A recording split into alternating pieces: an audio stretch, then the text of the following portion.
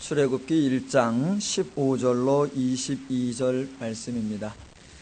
찾으신 분 아멘 하시겠습니다. 천천히 합독하십니다. 시작.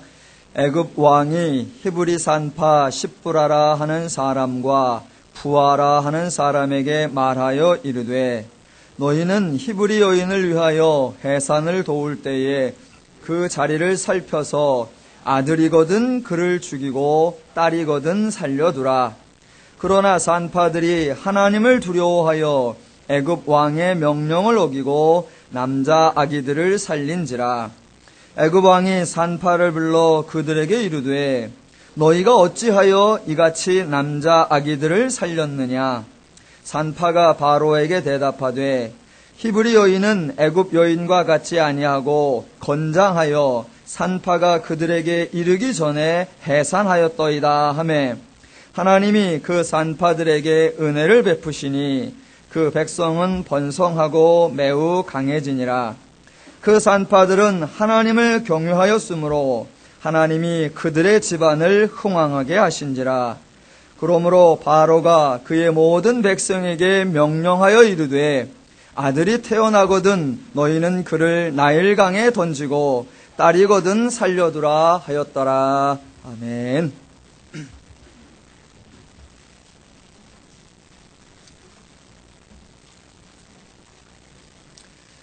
어른들이 어린 아이들에게 들려주는 이야기를 흔히 동화라고 합니다.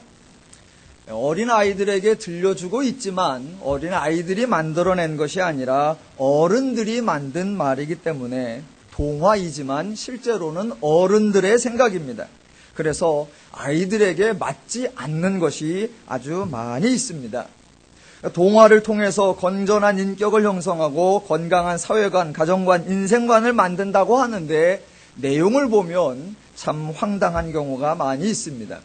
여러 번 말씀을 드린 경우가 있는데, 헨젤과 그레텔이라고 하는 동화에 보면 그 내용이 너무 살벌하고 잔인해서 차마 어린이용이라고 말하기 힘든 경우도 있고, 또 백설공주나 숲속에 잠자는 공주 이런 것을 보면 결혼관이 아주 엉망입니다.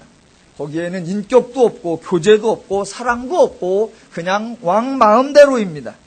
왕이 전쟁에서 이기는 자에게 공주를 주겠다라고 하든지, 공주의 병을 고치면 사위를 삼겠다 또는 나라의 절반을 주겠다, 지 멋대로입니다. 토끼와 거북이 이야기도 말씀드렸습니다. 토끼와 거북이 이야기는 설정 자체가 잘못되어 있습니다. 토끼와 거북이가 만약에 경쟁을 하려면 토끼는 산으로 뛰어서 봉우리에 도달하고 거북이는 바다로 뛰어 섬에 도착하는 그런 시합을 해야 합니다. 그런데 토끼와 거북이 모두 산으로 향합니다. 이건 말이 안 되는 것입니다. 또 어른들이 아이들에게 자주 하는 질문, 말도 안 되는 질문이 있습니다. 엄마가 좋으냐, 아빠가 좋으냐? 만약 저에게 다시 그런 질문을 한다면 저는 옆집 아저씨가 좋아요 라고 대답을 할 것입니다. 놀이도 마찬가지입니다. 잘해야 됩니다. 아이가 엄마를 보면서 총을 땅땅 쏘면 엄마가 으악 하면서 죽는 신용을 합니다. 그러면 안 됩니다. 아이가 엄마를 향해서 총을 쏘면 그놈 손모가지를 분질러 놔야 됩니다. 그걸 쏜다고 으악 하면서 쓰러지는 신용을 하는 거, 그거 말이 안 됩니다. 아마도 우리들은 어릴 적부터 말이 안 되는 내용을 배워왔고, 말이 안 되는 질문을 들어왔고, 말도 안 되는 행동을 해왔던 것 같습니다. 그래서 제가 설교를 하면서 가장 신경 쓰는 기본적인 사실이 뭐냐? 일단은 말이 되어야 한다라는 것입니다. 교회 성장학 세미나에 가면 가장 먼저 나오는 질문이 영적 성장이 오르냐, 아니 양적 성장이 오르냐, 질적 성장이 오르냐. 참 무익한 질문입니다. 성서 세미나에 가도 똑같은 질문이 나옵니다. 성경을 망원경식으로 읽어야 되느냐, 현미경식으로 읽어야 되느냐. 필요 없는 질문입니다. 통독을 중점으로 해야 되느냐, 묵상을 중점으로 해야 되느냐. 이것도 쓸모없는 질문입니다. 통독을 하지 않으면 묵상이 왜곡될 것이 당연하고, 묵상을 하지 않으면 통독이 무익하다는 것 당연합니다. 그 두 가지는 선택의 문제가 아니라 필수입니다. 그런데 우리는 자꾸 하나를 선택하려고 합니다. 저희가 지금 출애굽기를 강의하고 있습니다. 본문의 의미를 이해하려고 하면 일단 스토리는 알고 있어야 합니다. 그런데 스토리는 말 그대로 스토리, 이야기일 뿐입니다. 그런데 스토리를 읽다 보면 단순히 이야기만 아는 것이 아니라 나름대로 그 이야기의 의미도 이해해버립니다.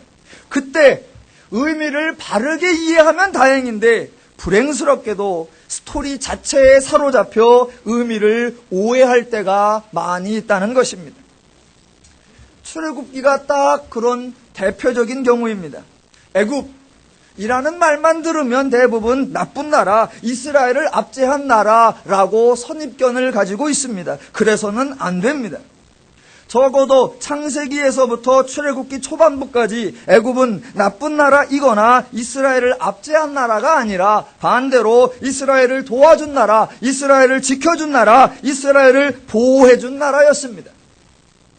창세기 13장에 가보면 아브라함이 가나안에 도착했는데 그곳에 기근이 들었습니다. 그래서 먹고 살 것이 없어 피난 가서 목숨을 유지한 곳이 어디냐? 바로 애굽이었습니다. 또 창세기 40장 이하에 보면 야곱의 일가도 기근으로 인하여 먹을 것이 없을 때에 음식을 공급받으며 살 곳을 공급받은 곳이 어디냐? 바로 애굽이었습니다. 물론 출애굽기 1장에 오면 이스라엘과 애굽 두 민족의 관계가 변화되고 5장에서부터는 애굽과 이스라엘이 상극이 되고 충돌을 합니다. 그렇지만 창세기부터 출애굽기 초반부까지의 과정을 알지 못한 채 그냥 출애굽기에 출애굽에 관한 10가지 기적에 관한 내용만 알고 있어서 그 선입견으로 애굽은 처음부터 나쁜 나라였다라고 이해하면 그것은 큰 오해입니다. 지난주에 말씀드린 대로 하나님께서 돌보실 때에는 애굽과 이스라엘이 서로 도움을 주고받는 평화의 관계, 안식의 관계를 누리고 있었습니다. 서로에게 고마운 존재였다는 것입니다. 이스라엘이 애굽에게나 바로 왕에게나 아무런 해를 끼친 적이 없습니다. 그런데 바로 왕이 자기 스스로 두려움을 느끼고 자기 스스로 미련한 지혜를 발휘하는 순간부터 평화는 깨어지고 안식은 금이 가고 갈등과 싸움이 시작된 것입니다. 세상에서 가장 무서운 것이 바로 죄인데 왜 죄가 가장 무섭냐? 그게 바로 죄이기 때문입니다. 두려움에 대해서 한번 생각해 보겠습니다. 일반적인 입장에서는 사람이 두려움을 느낀다라고 하면 무엇인가 그 사람에게 두려움을 느끼게 하는 외부적인 요소가 있기 때문이라고 생각을 합니다. 그래서 두려움을 제거하려고 하면 그 두려움을 제공한 외부 요소를 제거하면 된다라고 생각을 합니다. 두려움뿐만 아니라 대부분의 주제에 대해서도 그렇게 생각을 합니다. 그래서 두려움을 발생시키는 외부 요소를 찾으려고 노력하다가 만약 찾지 못하면 원인을 알지 못하겠다라고 결론을 내버립니다. 왜 이런 결론이 나오느냐? 그들에게는 죄라고 하는 인식이 없기 때문입니다. 죄가 치명적이고 죄가 악한 이유는 인간에게 해로운 감정이 외부 요소에서 나타나고 그에 대한 반응으로 나오는 것이 아니라 전적으로 내부용 자발적 근거라는 것입니다. 두려운 요소가 있어서 두려운 것이 아니라 죄가 두려움을 드러내기 때문에 평범한 외부 요소조차도 두렵게 느껴진다는 것입니다. 사람 관계에 대해서 설명을 드리면 쉽게 이해가 될 것입니다. 예를 들어 어떤 사람이 밉다고 합시다. 누구를 좀 미워합니다. 그래서 난 누가 밉다라고 말하면 제일 먼저 나오는 질문이 왜 밉냐? 그 사람이 도대체 너한테 무슨 짓을 했냐? 왜 그 사람이 밉냐라고 질문을 합니다. 이렇게 질문을 하는 것은 죄를 모르기 때문에 질문하는 것입니다. 왜 밉냐? 그 사람이 너한테 뭘 해롭게 했냐? 왜 미워하냐? 그렇게 물으신다면 정답은 그냥입니다. 그냥 미워. 괜히 미워. 주는 거 없이 싫어. 이게 정답입니다. 상대방이 나에게 미움과 시기를 유발할 만한 어떤 외부 요소를 주어서가 아닙니다. 그냥 밉다는 겁니다. 그런데 세상은 그 이유를 모르는 겁니다. 죄를 인식하지 않기 때문에 그 이유를 모르는 거고, 기독교는 죄를 알기 때문에 그 이유를 아는 것입니다. 그게 바로 죄가 그 사람의 마음을 움직인다는 것입니다. 그러니까 세상은 그런 문제에 대해서 해결책을 제시하는데 뭐라고 제시하느냐? 미워하지 마라, 또는 괜히 생사람 잡지 마라 라고 말하는 것입니다. 그러면 당사자만 바보 되는 것입니다. 기독교도 똑같이 대답을 해서는 안 됩니다. 기독교는 죄를 인식시키고 하나님을 알려야 하는 것입니다. 문제를 바라보는 관점을 다르고 제안하는 해결책이 다른 것입니다.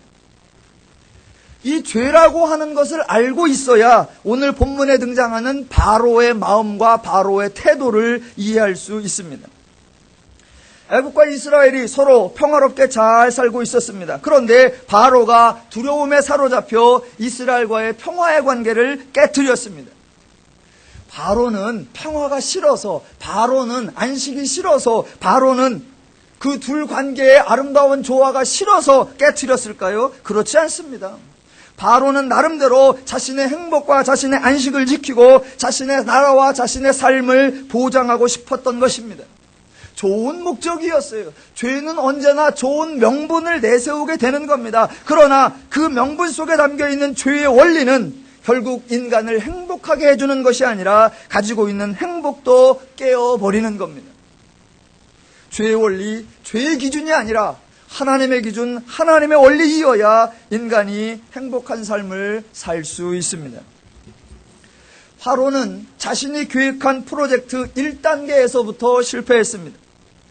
11절에서 이스라엘 백성에게 중노동을 시키기 시작했는데 결과는 12절에 당황하고 황망한 그런 결과였습니다. 정말 지혜로운 사람이었다라고 하면 바로가 12절 이후에 깨달았어야 합니다. 아, 이 민족은 다르구나, 내 예상하고 다르구나 라고 깨닫고 자신의 태도를 바꾸었어야 합니다. 압제를 당할수록 번성하니까 이제 압제를 할 것이 아니라 예전처럼 평화롭게 살아야 되겠구나, 그렇게 정책을 바꾸었어야 한다는 겁니다. 이게 말은 쉬운데, 이게 말로는 되는데 실제로는 안 되더라라는 것입니다.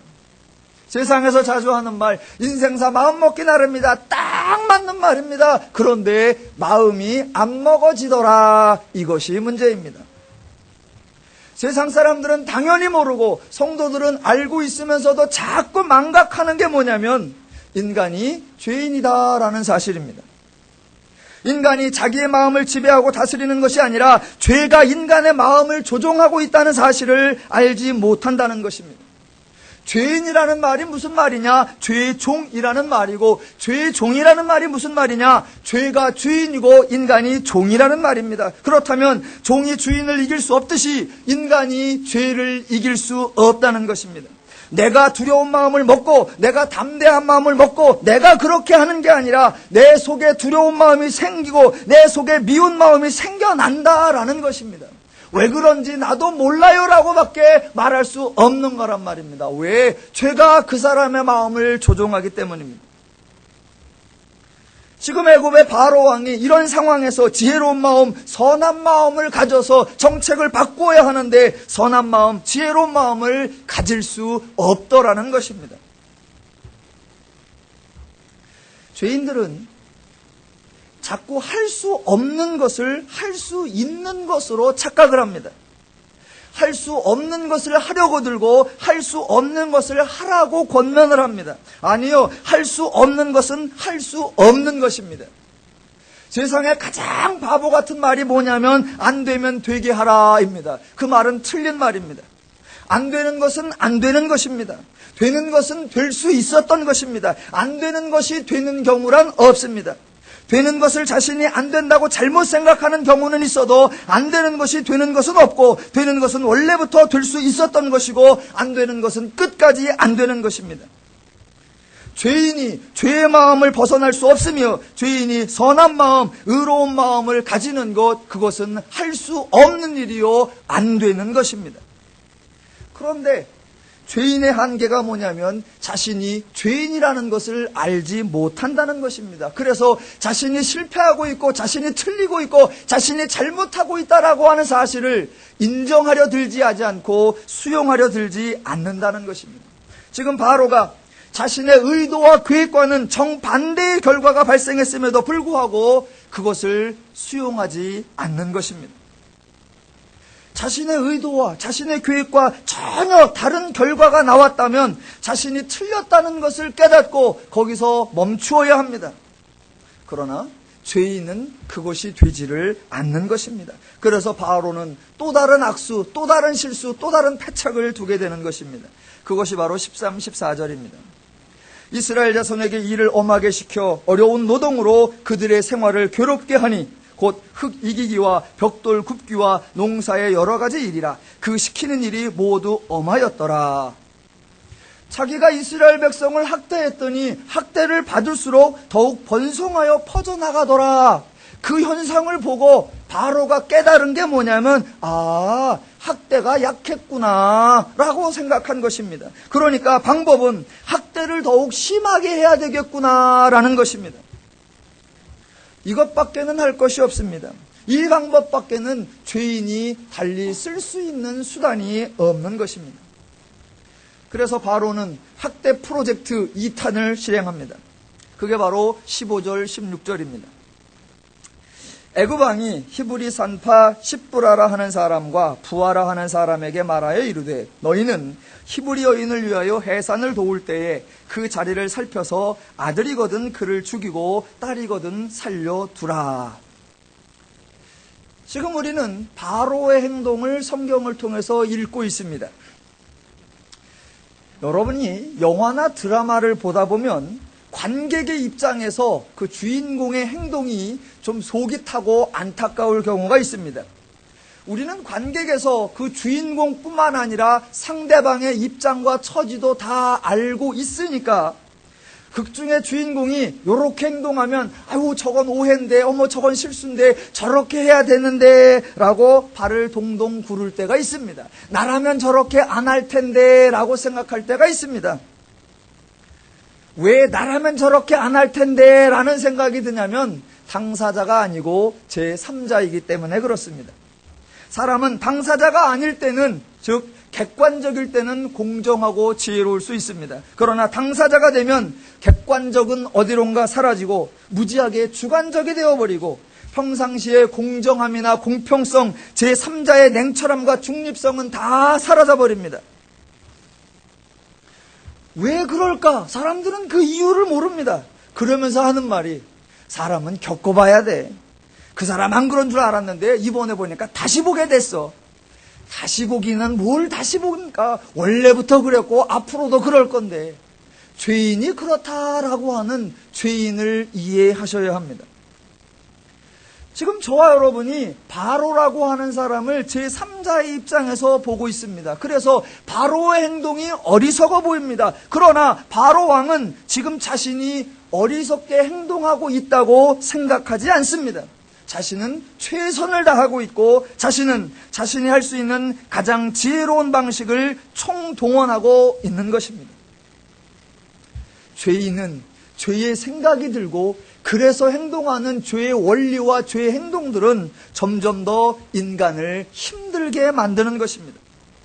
처음에는 학대하면서 노동을 시켰습니다. 그러다가 이제는 출생하는 아이들을 죽이는 것으로 더 악해져 가는 것입니다. 죄의 원리의 결국이 뭐냐? 사람을 죽이는 것입니다. 반대로 하나님의 원리는 무엇이냐? 하나님의 원리는 사람을 살리는 것입니다. 하나님은 인간을 창조하셔서 생명을 주셨고 그 인간에게 복을 주시고 생육하고 번성하여 충만하기를 바라셨던 것입니다. 그러니까 죄가 개입하는 곳마다 사망의 열매가 맺히고 하나님이 개입하는 곳마다 생명의 열매가 맺히는 겁니다. 바로가 정책을 쓰면 쓸수록 사람을 죽이는 정책을 쓰고 하나님이 개입하시면 개입할수록 사람을 살리셔서 하나님이 도우시니까 17절에서 남자 아이들이 살아날 수 있고 하나님이 도우시니까 20절에서 그 백성은 번성하고 매우 강해지는 것입니다. 저와 여러분은 하나님의 마음, 하나님의 심정, 하나님의 원리를 가진 성도들입니다. 하나님의 뜻과 하나님의 마음으로 행동하셔서 성도가 가는 곳마다, 성도가 행하는 곳마다 사람을 살리고 번성하여지고 강성해지고 행복이 넘쳐나기를 주님의 이름으로 축원합니다.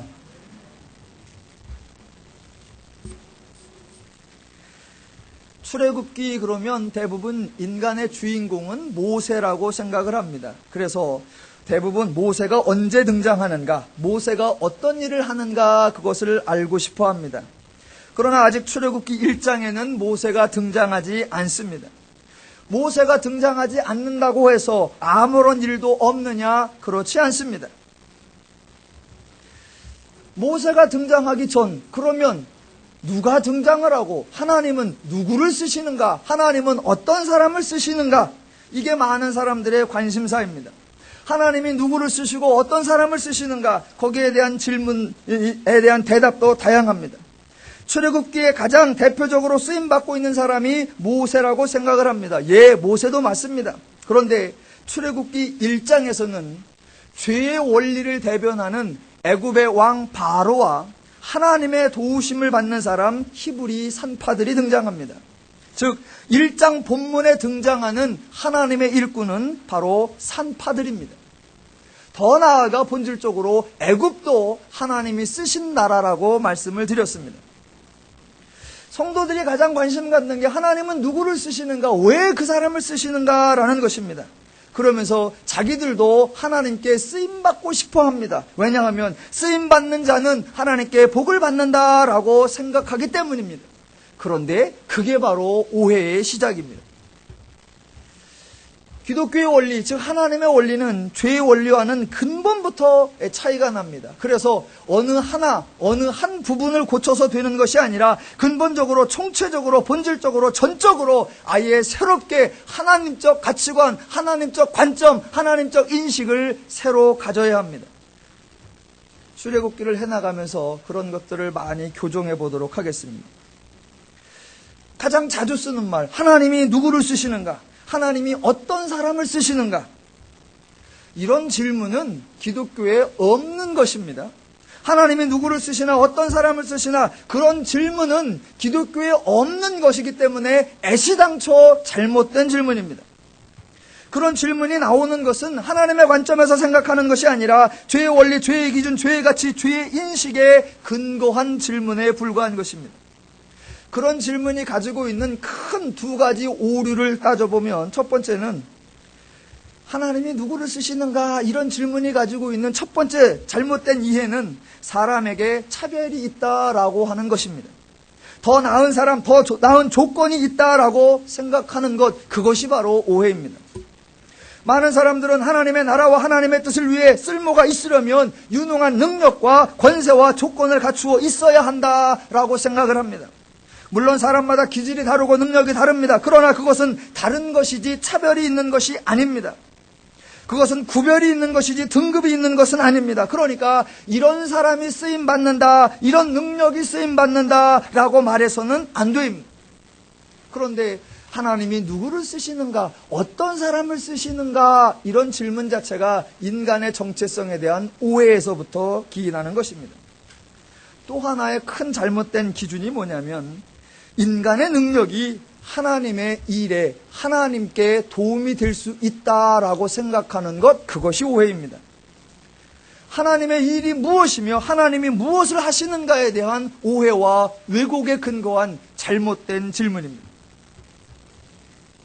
오늘 본문에 누가 등장하냐면 히브리 여인 산파들이 등장한단 말입니다. 그 산파들이 하나님께 쓰임을 받고 있다라는 것입니다. 왜 산파들이 하나님께 쓰임을 받고 있을까요? 하나님께 쓰임받는 것에 대하여 성경의 이야기는 사람들의 생각과는 전혀 다릅니다. 출애굽기 1장에서 가장 힘있고 가장 권세있고 가장 능력 있는 사람이 누구냐? 애굽왕 바로입니다. 그런데 그러한 능력자는 하나님의 대적자로 등장하고 있습니다. 반면에 가장 힘없고 능력없고 재주없는 여인들, 산파들이 애굽의 바로왕과 대항해 하나님의 계획을 성취해 나가는 일에 쓰임받고 있다라는 것입니다. 왜 이렇게 나오는가? 왜 이것이 가능한가? 하나님 나라의 완성은 인간들의 도움이나 인간들의 능력에 좌우되는 것이 아니라 하나님께서 작정하셨고 하나님께서 이루어 가시는 하나님의 일이기 때문에 가능한 것입니다. 지금 산파들이 하나님의 일꾼으로 쓰임받고 있습니다. 산파들이 동원되는 이유는 그들이 바로왕과 대결할 만한 자격과 능력을 갖추었기 때문이냐? 절대로 그렇지 않습니다. 산파들이 할 수 있는 이유는 하나님이 그들을 붙잡아 주시기 때문입니다. 하나님께서 하나님의 백성들을 통해 일하신다라고 말하는 것은 우리가 쓸모가 있거나 우리가 유용하다라고 하는 차원이 절대로 아닙니다. 하나님의 사람을 통해 일하신다라고 하는 것은 하나님의 속성과 하나님의 성품을 드러내고 하나님을 알게 하시기 위하여 하시는 방법입니다. 사람들은 모세만 하나님의 일꾼이라고 생각하지 산파는 하나님의 일꾼이라고 생각하지 않습니다. 사람들은 모세처럼 되기만 원하지 산파처럼 되기를 원하지 않더란 말입니다. 가까운 곳에 신학교가 있습니다. 신학교를 가시면 거기가 신학교인지 모르는 분들도 딱 들어가면 아, 여기가 신학교이구나 저절로 다 알게 돼 있습니다. 어떻게 아느냐? 학생들 이름이 벌써 달라. 학생들 이름이. 신학교에 가보면 바울이 최소한 10명이야.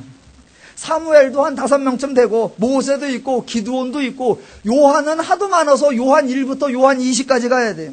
야곱도 있고 다니엘도 있고 아삽도 있고 다윗도 있습니다. 말 그대로 좋은 사람은 다 갖다 모아놨어요. 또 신학교에 가보면 아, 여기가 천당이구나 그냥 알 수 있어요. 이름에 다 나와.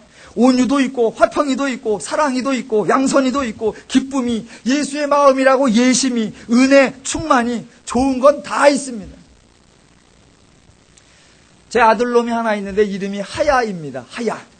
그럼 사람들이 자꾸 물어요. 왜 하야냐? 하야가 무슨 뜻이냐? 설명이 깁니다. 히브리어 동사에서 어쩌고 저쩌고 설명해도 못 알아들으니까 못 알아듣는 게 아니라 잘못 설명하기가 좀 복잡하니까 그냥 제가 쉽게 해버립니다. 하나님 야호 줄여서 하야요. 하여튼간 신학교에 가면 좋은 이름은 다 있어. 왜 그러느냐? 나름대로 성경에 등장하는 사람들 중에 자기가 존경하는 사람, 닮고 싶은 사람을 본따서 이름을 지었기 때문일 겁니다. 그렇게 좋은 사람 이름은 다 본따 지었는데 그 이름들 중에 산파라는 이름은 없다라는 겁니다. 오늘 본문의 산파는 하나님께 쓰임받았고 하나님께 복도 받았으니까 본받을 만한 이름이잖아요. 그러니까 최산파, 김산파, 이산파, 강산파, 노산파 좀 이런 이름도 있어야 되지 않냐 이거예요. 어느 분이 또 저에게 이렇게 반론할 것입니다. 목사님, 산파는 이름이 아니라 직업입니다. 아, 그런가요? 그러면 이름을 따서 지읍시다. 이십부라, 김부아, 곽십부라, 도부아.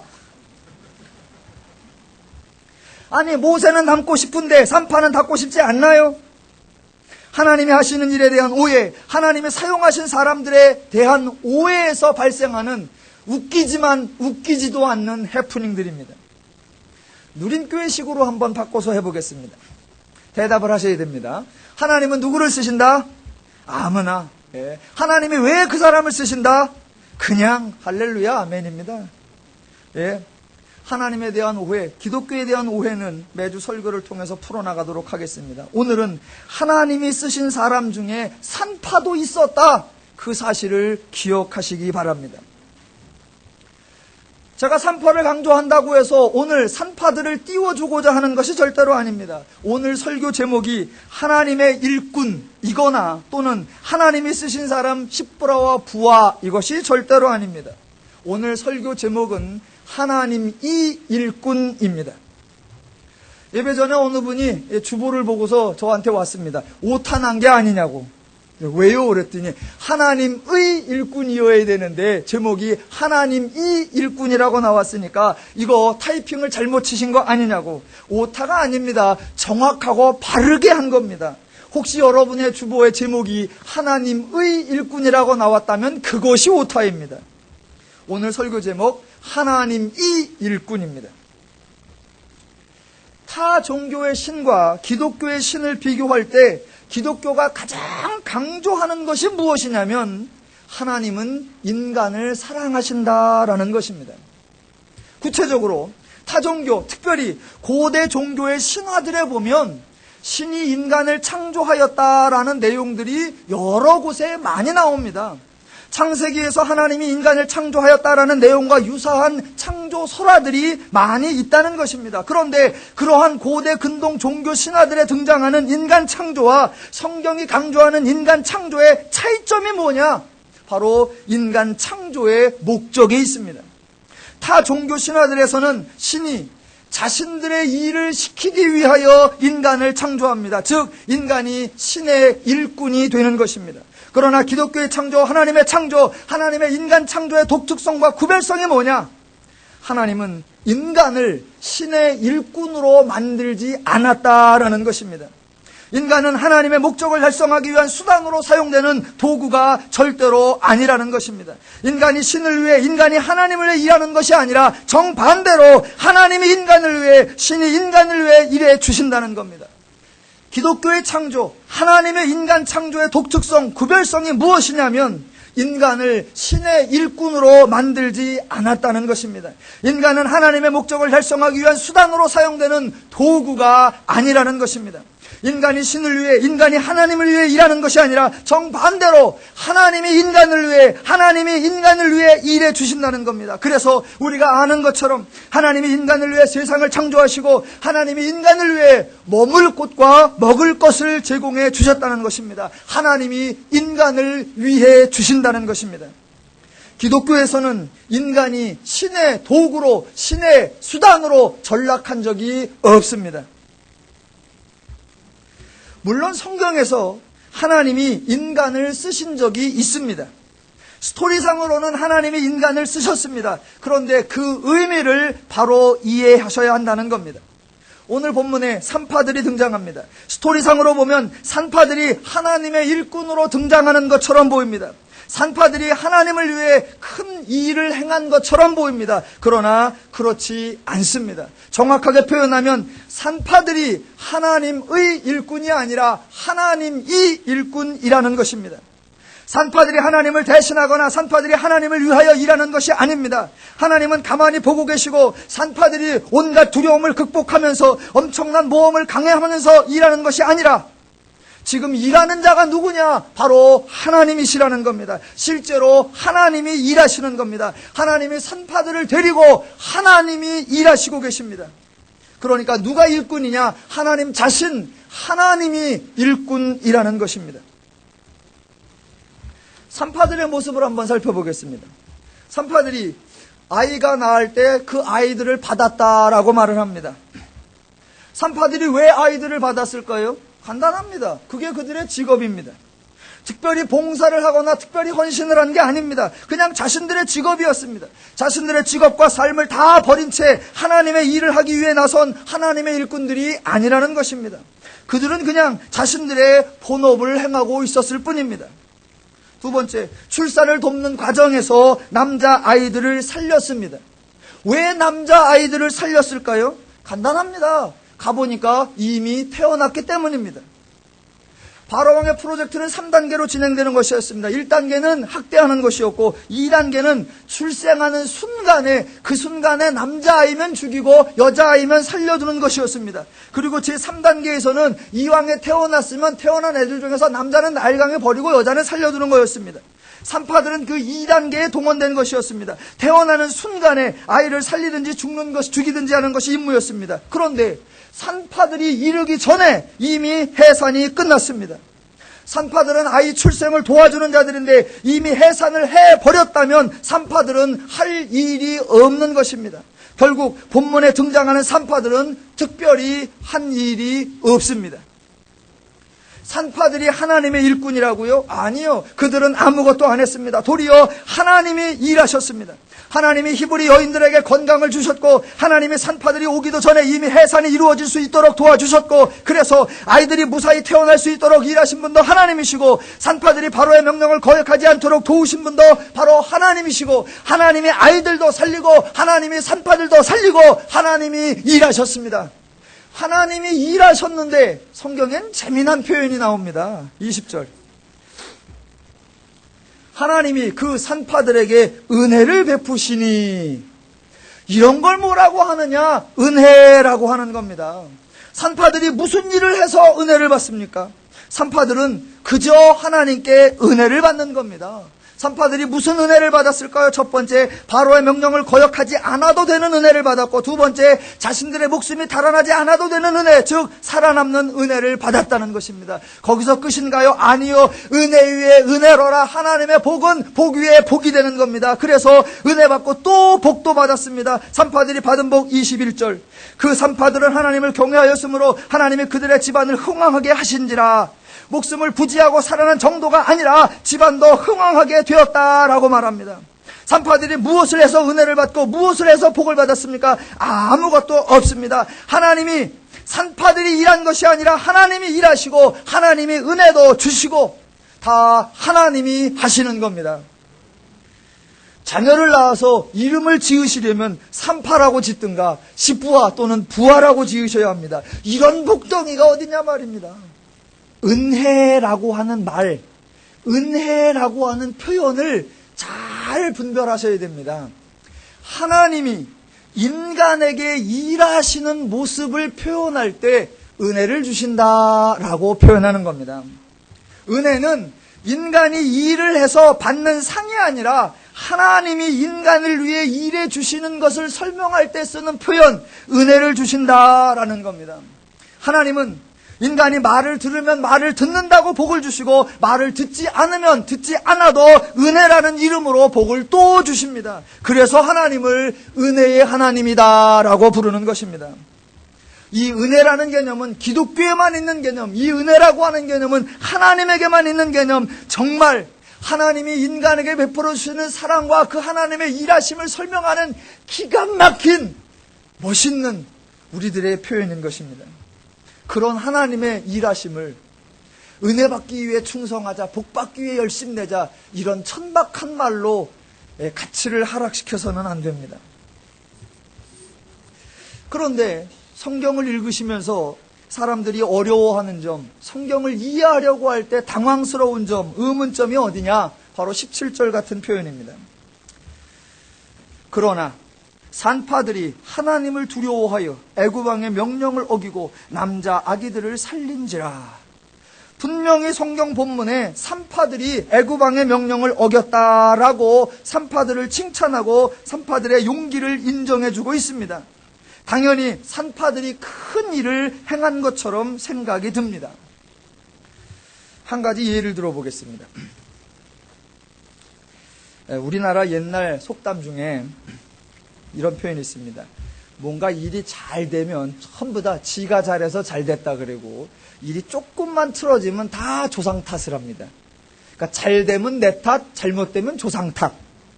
조상이 뭔 잘못을 했어? 조상이 뭔 일을 했어? 그런데 잘 되면 내 탓, 잘못되면 조상 탓.